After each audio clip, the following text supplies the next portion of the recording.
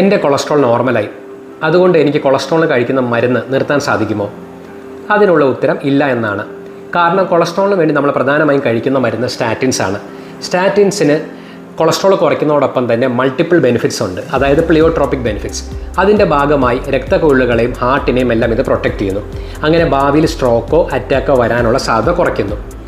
അതുപോലെ പ്രമേഹ രോഗികളുടെ കാര്യം പറയുകയാണെങ്കിൽ സാധാരണ ജനങ്ങളുമായി താരതമ്യം ചെയ്യുമ്പോൾ 2 മുതൽ 4 മടങ്ങ് വരെ റിസ്ക് കൂടുതലാണ് അവർക്ക് ഒരു അറ്റാക്കോ സ്ട്രോക്കോ വരാൻ. അതുപോലെ തന്നെ പ്രഷർ കൂടുതലുള്ള ആളുകൾക്കും അമിതവണ്ണം അഥവാ പൊണ്ണത്തടിയുള്ള ആളുകൾക്കും കുടുംബത്തിൽ പ്രത്യേകിച്ച് 55 വയസ്സിന് താഴെ ആർക്കെങ്കിലും സ്ട്രോക്കോ അറ്റാക്കോ വന്നിട്ടുണ്ടെങ്കിൽ, അതുപോലെ പുകവലിയുള്ള ആളുകൾ, ഇങ്ങനെയുള്ള ആളുകൾക്കെല്ലാം എസ്പെഷ്യലി ഏജ് ഒരു 45-ന് മുകളിലുള്ള പുരുഷന്മാർക്കും 55 വയസ്സിന് മുകളിലുള്ള സ്ത്രീകൾക്കും എല്ലാം ഒരു അറ്റാക്കോ സ്ട്രോക്കോ വരാനുള്ള സാധ്യത കൂടുതലാണ്. അതുകൊണ്ട് ഇങ്ങനെയുള്ള ആളുകൾ ഈ മരുന്നുകൾ തുടർന്നും കഴിക്കേണ്ടതാണ്.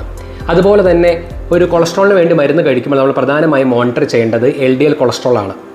LDL കൊളസ്ട്രോളിൻ്റെ ലെവൽ ഒരു ഡയബറ്റിക് പേഷ്യൻറ്റിനെ കുറിച്ച് പറയുകയാണെങ്കിൽ എല്ലാ ഡയബറ്റിക് പേഷ്യൻറ്റും LDL കൊളസ്ട്രോൾ 100-ന് താഴെ മെയിൻറ്റെയിൻ ചെയ്യേണ്ടതാണ്. അതുപോലെ ആ ഡയബറ്റിക് പേഷ്യൻ്റ് ഒരു അറ്റാക്കോ സ്ട്രോക്കോ വന്നിട്ടുണ്ടെങ്കിലോ അല്ലെങ്കിൽ ഡയബറ്റിക് ഫൂട്ടോ അല്ലെങ്കിൽ വേറെ എന്തെങ്കിലും റിസ്ക് ഫാക്ടറായ കിഡ്നി ഡിസീസ് അങ്ങനെ എന്തെങ്കിലും ഉണ്ടെങ്കിൽ LDL കൊളസ്ട്രോൾ 70-ന് താഴെ മെയിൻറ്റെയിൻ ചെയ്യേണ്ടതാണ്. ചിലപ്പോൾ വളരെയധികം റിസ്ക് ഫാക്ടേഴ്സ് ഉള്ള ആളുകളിൽ 55-ന് താഴെ മെയിൻറ്റെയിൻ ചെയ്യണമെന്നാണ് പഠനങ്ങൾ സൂചിപ്പിക്കുന്നത്.